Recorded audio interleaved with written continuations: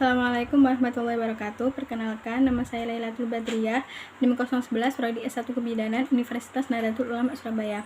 Di sini saya akan mendemonstrasikan tentang materi infus, yaitu efek samping, kemudian macam-macam cairan infus, dan berapa kita mengganti infusnya. Assalamualaikum Ibu, selamat pagi. Di sini saya akan menjelaskan sedikit tentang infus Y. Untuk yang pertama, infus ini yaitu merupakan cara pemberian cairan atau obat langsung ke pembuluh darah pada jumlah dan waktu yang tertentu dengan menggunakan infuset. Infuset ini terdiri dari jarum yang dibuat untuk menusuk itu, kemudian ada selang infus dan juga kantong infus atau kantong cairan infus.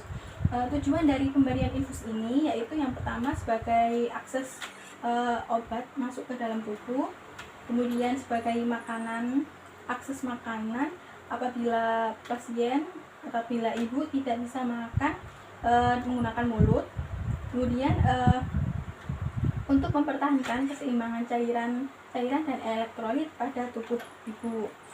Kemudian efek dari pemberian infus ini, efek samping dari pemberian infus ini itu bisa terjadi infeksi. Yang pertama bisa terjadi infeksi. Nah, infeksi ini biasanya terjadi di area penusukan gitu, di area tangan. Itu biasanya gejalanya kalau ada infeksi yaitu tangannya terasa nyeri, bengkak, kemudian pada area penusukan biasanya juga diiringi dengan demam tinggi hingga menggigil. Kemudian yang kedua itu ada efek sampingnya, ada emboli udara. Emboli udara ini terjadi adanya udara yang masuk di jarumnya, di jarum, kemudian atau di kantong infusnya. Nah, untuk emboli udara ini apabila terjadi terus-menerus maka bisa terjadi penyakit serius atau penyakit yang parah seperti jantung dan juga stroke. Kemudian yang ketiga itu ada penggumpalan darah.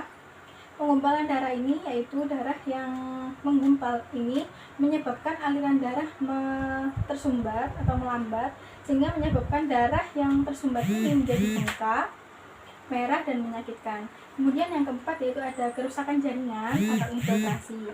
Nah, saat infiltrasi terjadi ini adanya obat dari infus yang harusnya masuk ke aliran darah malah masuk ke jaringan yang ada di sekitar pembuluh darah tersebut. Untuk gejalanya itu biasanya tangannya terasa hangat, nyeri, kemudian merah, serta bisa bengkak di area yang kulit yang diinfus. Kemudian yang terakhir atau yang kelima ini ada pelibitis. Pelibitis ini bisa juga disebut dengan radang vena. Sama seperti infiltrasi, gejalanya bisa menimbulkan tangan ini terasa hangat, kemudian nyeri, serta pembengkakan pada area kulit yang diinfus. Kemudian ibu untuk berapa kali ganti atau kapan sih gantinya infusnya? Nah, untuk infus itu sendiri perawatannya kita menggantinya tiap 3 hari sekali. Ini mengganti jarum dan juga infusetnya. Apabila kita tidak mengganti 3 hari sekali, maka yang akan dapat terjadi yaitu meningkatnya jumlah leukosit pada tubuh pasien, dan atau juga bisa terjadi infeksi. Itu ibu. Untuk macam-macam cairan infus ini ada macamnya. Yang pertama yaitu ada jenis asering. Asering ini kegunaannya untuk menjaga suhu tubuh sentral pada anestesi dan isofluran, kemudian meningkatkan toninisitas sehingga dapat mengurangi risiko odem cerebral. Kemudian yang kedua ada jenis cairan kristaloid. Ini terdiri dari normal salin. Ini kegunaannya mengganti cairan saat diare, mengganti elektrolit dan cairan yang hilang di intravaskuler.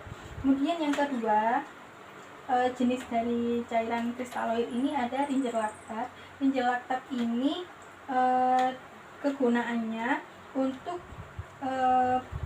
konduksi saraf dan juga otak, mengganti cairan yang hilang karena dehidrasi, shock hipovolemik, dan kandungan natriumnya menentukan tekanan osmotik pada pasien. Kemudian yang ketiga yaitu ada dextroside. Ini bermanfaat untuk cairan yang diperlukan pada pasien pada saat terapi intravena dan diperlukan untuk hidrasi ketika pasien sedang dan selesai operasi. Kemudian ada ringer asetat. Ini manfaatnya beda sama ringer laktat. Untuk ringer asetat ini kegunaannya yaitu sebagai cairan metabolisme di otot pasien. Kemudian bermanfaat bagi pasien resusitasi atau kehilangan cairan akut yang mengalami dehidrasi yang berat dan juga shock maupun asidosis bagi pasien yang diare. Kemudian yang ketiga ada jenis cairan koloid.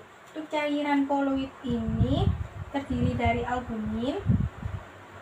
Albumin ini kegunaannya untuk mengganti jumlah volume yang hilang atau protein ketika pasien mengalami shock hipovolemik.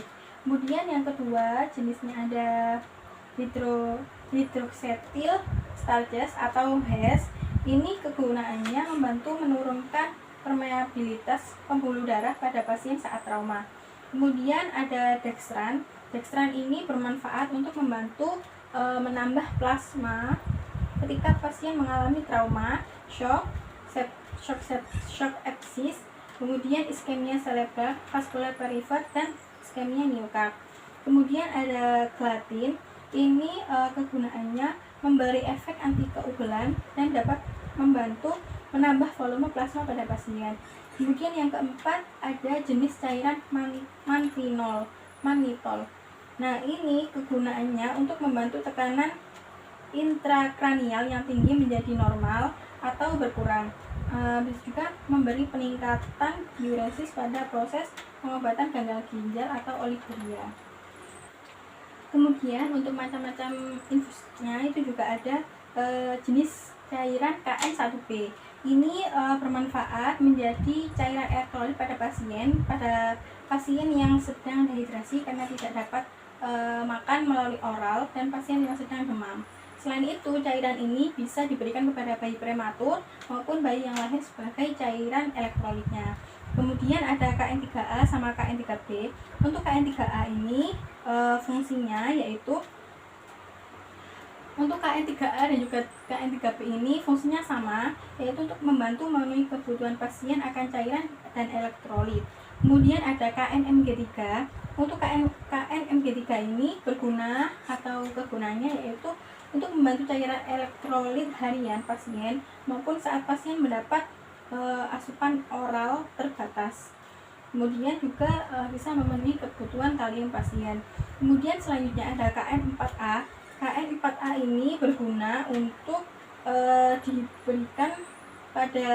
diberikan sebagai larutan infus untuk bayi dan juga anak-anak. Kemudian menormalkan kadar konsentrasi kalium serum pada pasien. Kemudian membantu pasien mendapatkan cairan kembali ketika mengalami dehidrasi hipertonik. Kemudian selanjutnya ada KN4B. KN4B ini diberikan pada bayi dan juga anak-anak usia kurang dari 3 tahun sebagai cairan infus bagi mereka.